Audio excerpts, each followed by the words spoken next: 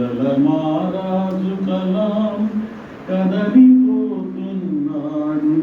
దాని మండి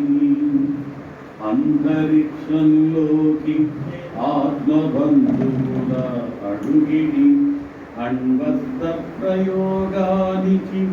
ఆరాధ్యుడై కలలుగని ఆ కలల్ని సాకారం చేసుకుందని విద్యార్థి లోకానికి విజయ రహస్యాలు చెప్పి